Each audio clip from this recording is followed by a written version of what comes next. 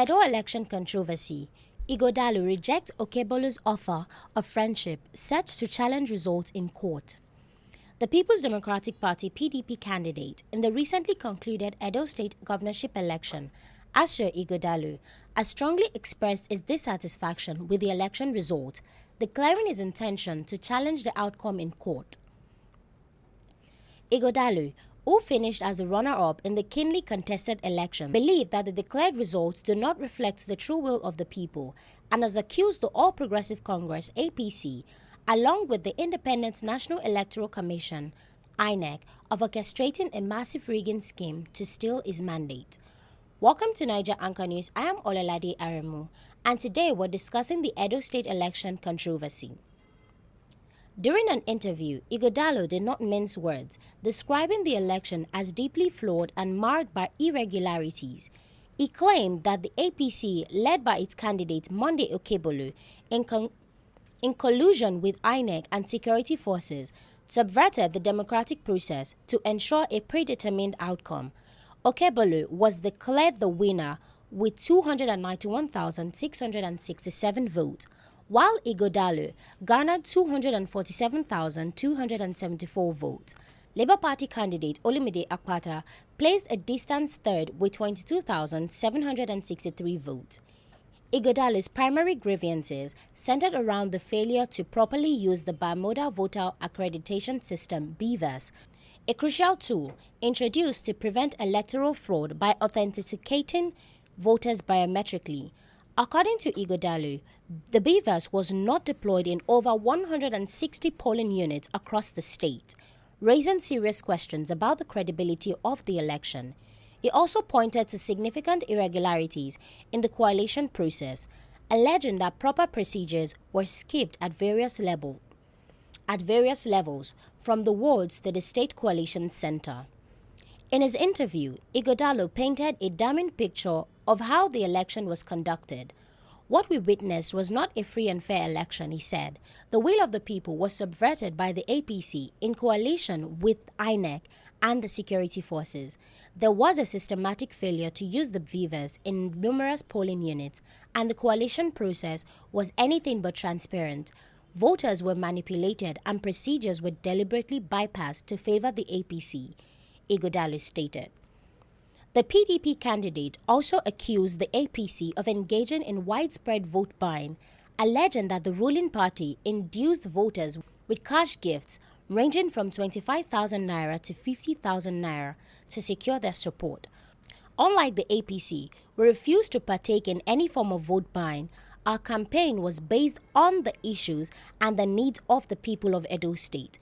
But the APC resorted to using money to buy votes, offering cash to people to sway their decision at the polls, he said. Ighodalo also maintained that the PDP refrained from engaging in any unlawful practices and relied on the genuine support of the people. Ighodalo expressed particular frustration with what he called unholy alliance between the APC and the security forces, which he alleged were used to intimidate and disenfranchise voters, especially in areas known to be PDP strongholds. He claimed that law enforcement officers deliberately turned a blind eye to the malpractice happening at polling stations, allowing APC agents to rig the elections without fear of repercussion. The role of the security forces in this election was shameful. Instead of protecting the rights of voters and ensuring a peaceful process, they were used to silence oppositions and shield those perpetrating electoral fraud, he added. When asked about his next steps, Ighodalo revealed that he would be heading to the election tribunal to seek legal redress. He expressed confidence that the court would provide the necessary platform to expose the irregularities and prove that the PDP was the rightful winner of the election. We are going to the tribunal because we believe in the rule of law. We have substantial evidence that will show the world that the mandate given to me by the people of Edo State was stolen, Ighodalo declared. Our lawyers are already preparing the necessary documents, and we are determined to reclaim our mandate. So in response to Monday Okpebholo's offer of friendship and reconciliation, Ighodalo firmly rejected the gesture, stating that it was impossible to accept an offer of friendship while the election results remained disputed. Because the mandate is stolen, there is no way you can accept these hands of fellowship or friendship, Ighodalo remarked, signaling that the battle for the governorship of Edo State is far from over. I will stay with the people of Edo who fully gave me the mandate of their free will, and I will go into the court and the tribunal to reclaim our mandate and then from the government, he asserted. Okpebholo, on the other hand, has called on Ighodalo and other opposition candidates to put the election behind them and work together for the development of Edo State. The APC candidate, who has already been declared the governor-elect, expressed dissatisfaction with the electoral process and urged his rivals to accept the outcome in the spirit of sportsmanship. The election was free, fair, and credible, and it reflected the will of the people. I extend my hand of friendship to all opponents and invite them to join me in the task of building a better Edo State, Okpebholo stated shortly after his victory was announced.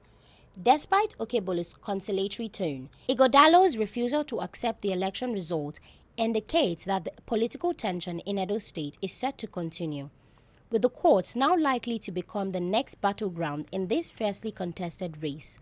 The PDP's candidate supporters have rallied behind him, urging him to pursue his legal challenge to its conclusion and expressing the hope that the tribunal will rectify what they see as a grave injustice.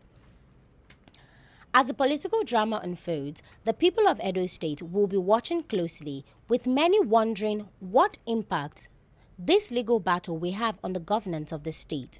For now, Edo State remains in a state of uncertainty as the PDP and the APC prepare for what is likely to be a protracted legal battle over the governorship.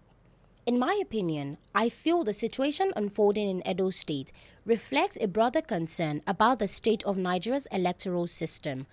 Asue Ighodalo's decision to challenge the result of the governorship is not surprising, given the deep-seated mistrust that many politicians and citizens alike have towards the credibility of the electoral process.